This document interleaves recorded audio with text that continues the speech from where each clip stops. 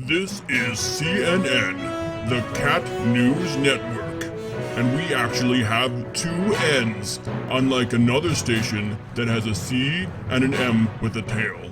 Welcome back to the Truth Factory. You probably already heard by now that YouTube has teamed up with some speech police like the ADL, whose main goal is to delegitimize anyone who disagrees with Zionism.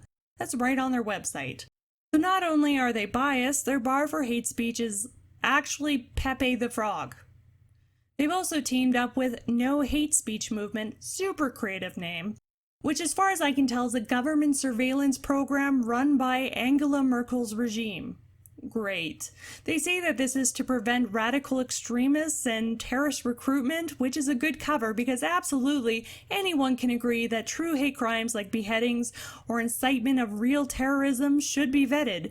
But that is not what this is really about. It's really because YouTube has become the forefront for alternative news and opinions that you just don't see on mainstream media. They don't give a shit about us. They don't care. All they care about is paying their shareholders through advertising, and those advertisers don't want to put ads on videos that don't promote the same agenda that CNN does.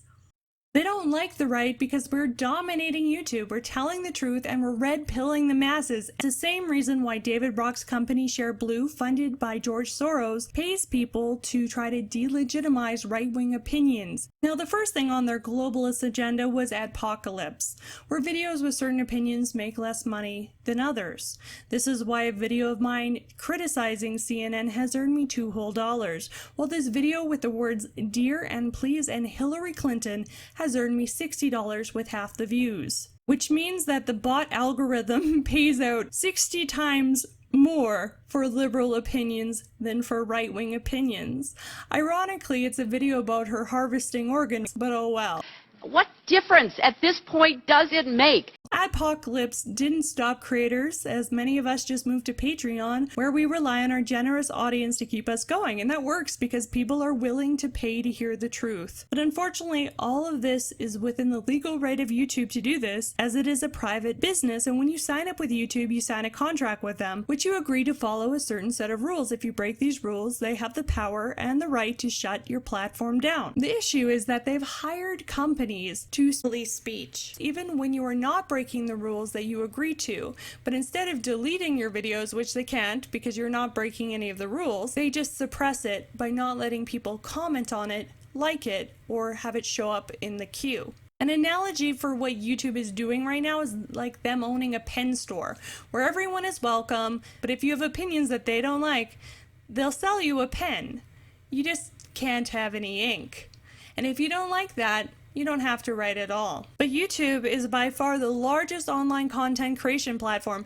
This gives them a form of monopoly when it comes to this type of creation. So by limiting certain forms of speech on this platform and only promoting very specific opinions, they are in effect blocking people from spreading influence, which is exactly what they want.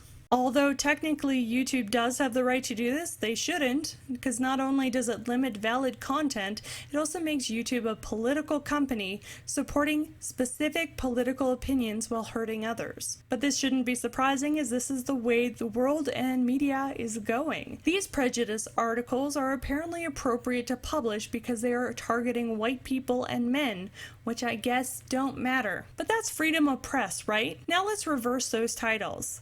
This is the other side of the coin. But if we said those things, we get called a sexist, racist bigot. So why is this okay and this isn't? You're fucking a white male! So? You're a white man!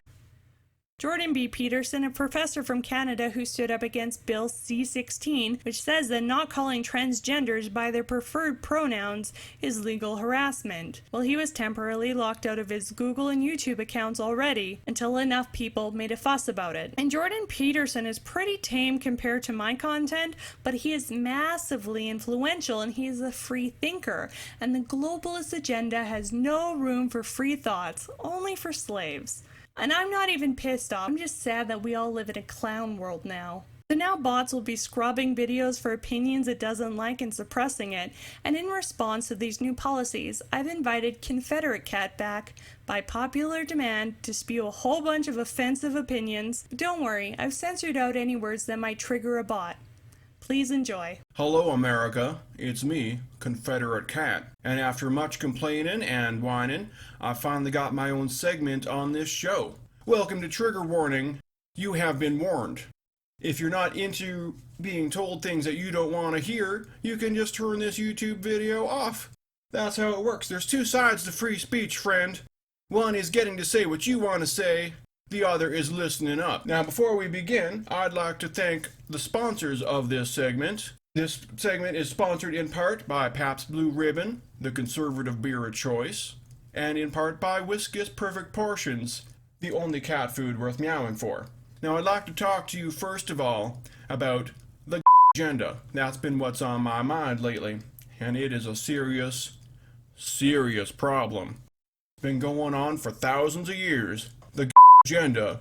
First of all, they want to get their in our balls, which I am against personally because I am a good Christian cat, and that is a sin. I know a sin when I see one, and it is not in the Bible that they should be allowed to put their in my hole. And they can put their in my when they take it from my cold, dead hands. What they're trying to do, what they've been working on for the last couple hundred years, is legitimizing more and more perversions. They're legitimizing the perversion of sexuality and not beating your wife, and they're working on making philia normalized, so that way they can say that they've been oppressed. The bankers who are pulling the strings behind the scenes can say, oh, we've had catamite dungeons for all this time, we were oppressed, now it's normalized, and now we can all your kids and it's fine.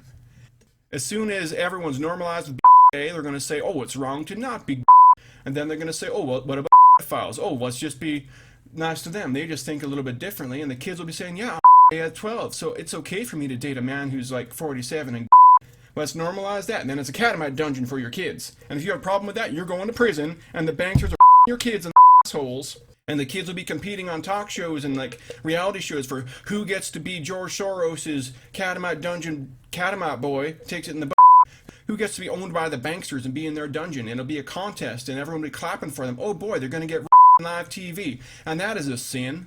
Yeah, you've been warned in the title of the show. This is called Trigger Warning, and it's going to do the same thing for us when that happens. That what happened in Sodom and Gomorrah, God's going to say, nope, that's an inch too far, I'm going to smite y'all. That's what happened in Rome. That's what made Rome fall. As soon as they started having their catamite dungeons and got their tendrils in around the emperor's penis, the whole thing fell. That's what made Rome fall. That's what made ancient Greece fall. They were too for God. See, this is what I'm talking about, folks. This is what the liberal media is getting to with our kids. It's warping their brains, making them live together. Your grandchildren are going to come home with a robot, half monkey person, say, look at my girlfriend/boyfriend, we're getting married. And if you have a problem with that, they'll just say, oh, you're old and conservative. You're from a different time. But that's what it's going to come to. Then your great-grandchildren are going to be catamites, and they'll say, Grandpa/Grandma, you don't understand. You'll be like, I'm your grandpa, you call me by my proper name. They'll be like, no, Grandma/Grandpa, I call you what the media says to call you because they're banksters. If you want to be a man and dress like a woman, that's fine, but if someone calls you a face, you should expect that because they have freedom of speech too. They have the freedom to identify you how they want to, and you live in a free society, which is a double-edged sword. You can identify yourself and others as you please, but they're going to call you butt and be mean to you, no matter who you are. Everyone gets treated like an asshole, because everyone acts like an asshole, but you have the right to be an asshole.